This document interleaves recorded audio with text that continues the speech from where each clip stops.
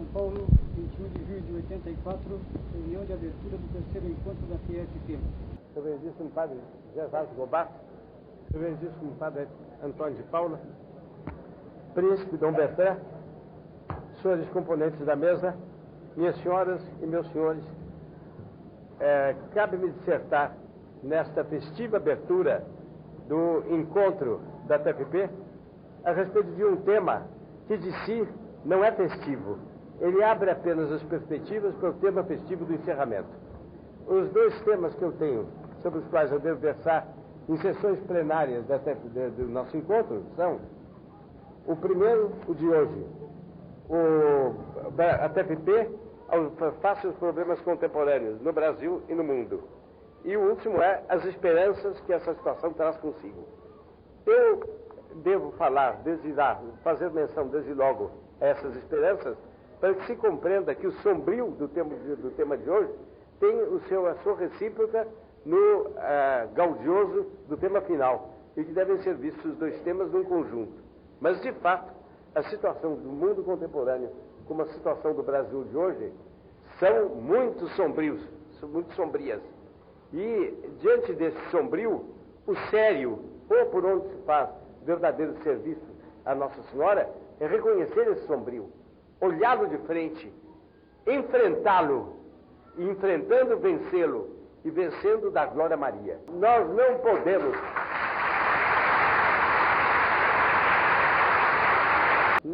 podemos ter a esperança de vencer um inimigo que nós nem sequer temos coragem de olhar de frente.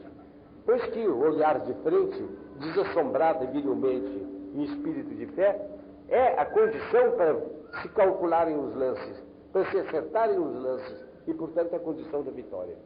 Olhemos, portanto, bem exatamente a situação do mundo contemporâneo, consideremos-la até o fundo e aprendamos a conviver com essa situação até o momento em que nós não a derrubemos. A conviver, de nosso lado, não é uma coexistência pacífica, é a coexistência da luta. Nessas condições, vamos levantar o aspecto geral do mundo contemporâneo, da situação do mundo contemporâneo, e levantá-la ordenadamente, raciocinadamente.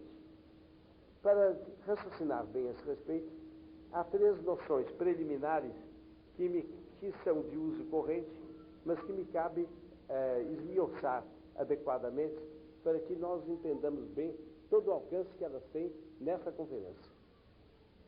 Em primeiro lugar, a noção de ordem. Se há algo que falta no mundo contemporâneo, é a ordem. Quanto mais o mundo contemporâneo procura impor a ordem, tanto mais a ordem lhe foge de entre os dedos.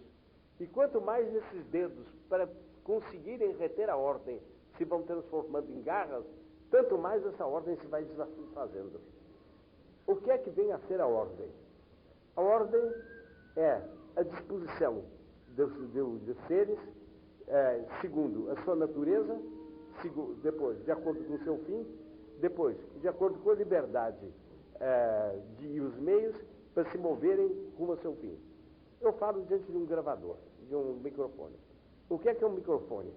Quando é que o microfone está em ordem? É quando todos os elementos do microfone estão dispostos de acordo com a natureza de um microfone. Se eu pusesse, por exemplo, dentro do microfone uma corda de harpa, a natureza do microfone não comporta isso, porque não é harpa. O resultado do microfone não funciona. Ele precisa ter todos os seus elementos compostos de acordo com a natureza do microfone.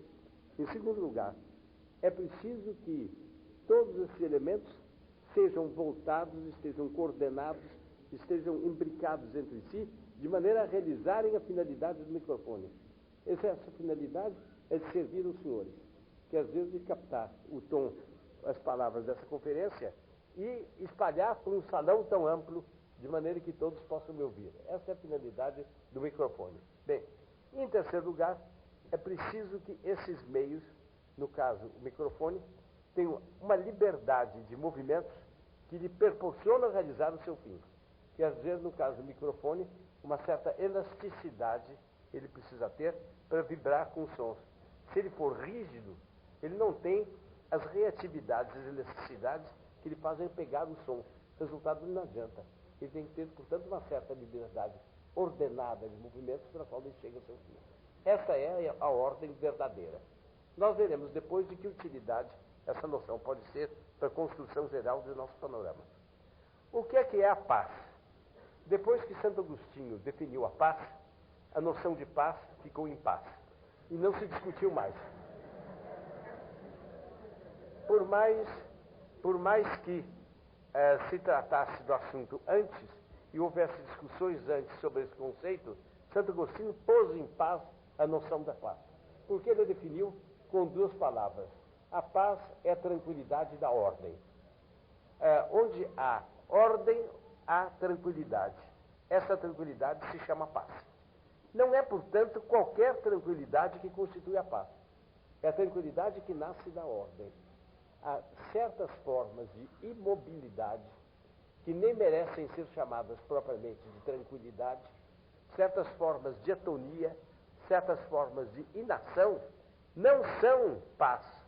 O braço poderoso de um carregador que carrega um peso grande, de um atleta que levanta um peso grande, esse realmente é um braço que está em paz. Ainda que se note na disposição dos seus músculos que ele está fazendo um esforço enorme. Por quê? Porque ele está em ordem e está realizando a sua finalidade de carregar aquele objeto para ganhar um prêmio e assim manter a vida dele, da família de quem carrega e dele mesmo. Aqui ele está em paz. Um braço de um titã carregando um globo está em paz. Bem, pelo contrário, o braço inerte de um paralítico, esse não está em ordem. Ele está tranquilo, ele não está fazendo esforço nenhum. Mas aquela tranquilidade da inércia, a tranquilidade da paralisia, esta não é a verdadeira paz. Ela não nasce da ordem. Nós queremos a tranquilidade da ordem. E ordem nós vimos há pouco o que é. Então, os conceitos de ordem e de paz se entrosam muito exatamente. Bom, a tranquilidade do sepulcro. Se diz, nos sepulcros pode escrever R.I.P. Requiescat in pace. Descanse em paz. Essa paz se refere à paz onde está a alma, mas não se refere à paz do corpo, porque aquela desagregação decorrente da inércia e da putrefação, aquilo não é a paz. A verdadeira paz é a paz que decorre da ordem. Onde há putrefação e desagregação, não há verdadeira ordem, ao contrário, há desordem. Então, os conceitos de ordem, de paz, de tranquilidade, são conceitos, no que diz respeito ao ser vivo, eminentemente conectados com o dom da vida que Deus dá. Aquilo que favorece o dom da vida, que o estimula, que o ordena, isto é de acordo com a paz. O resto não é de acordo com a paz. Assim, colocadas as noções, nós devemos dizer o seguinte, que mais próximo, tomadas essas noções genéricas, mais próximo do nosso tema, nós temos duas outras noções. Em primeiro lugar, a noção de desordem. Há duas formas de desordem e ambas importam para a focalização dos temas dessa palestra de hoje. A primeira forma de desordem é quando se toma uma coisa e se constrói, se destrói a ordem que estava e com aquele mesmo material se põe todas as coisas numa ordem errada, numa contra-ordem. Vamos dizer, por exemplo, que uma pessoa tomasse esse microfone e esvaziasse. Depois tomasse todas as peças que estão dentro e jogasse dentro desse cano vazio, que é a parte externa do microfone. Mas ordenando de tal maneira que tivesse tudo ao revés. Nós teríamos uma contra-ordem. Quer dizer, o contrário de uma ordem. Mas esse contrário de uma ordem ainda tinha um certo elemento comum com a ordem. É que é uma ordem ao revés. E, portanto, havia uma certa construção, que era a construção monstruosa, a intenção de caricaturizar, a intenção de deformar, mas havia uma certa intenção. Há uma outra forma de desordem, que é o caos. O caos já não é a contra-ordem, é uma explosão. Se eu faço arrebentar uma bomba, por exemplo, aos pés de um edifício, voam pelos ares todas as partes desse edifício. E enquanto o edifício, as partes do edifício nos ares, estão ainda numa certa proximidade de maneira a formarem, ao menos para a vista, um todo, eles estão no caos.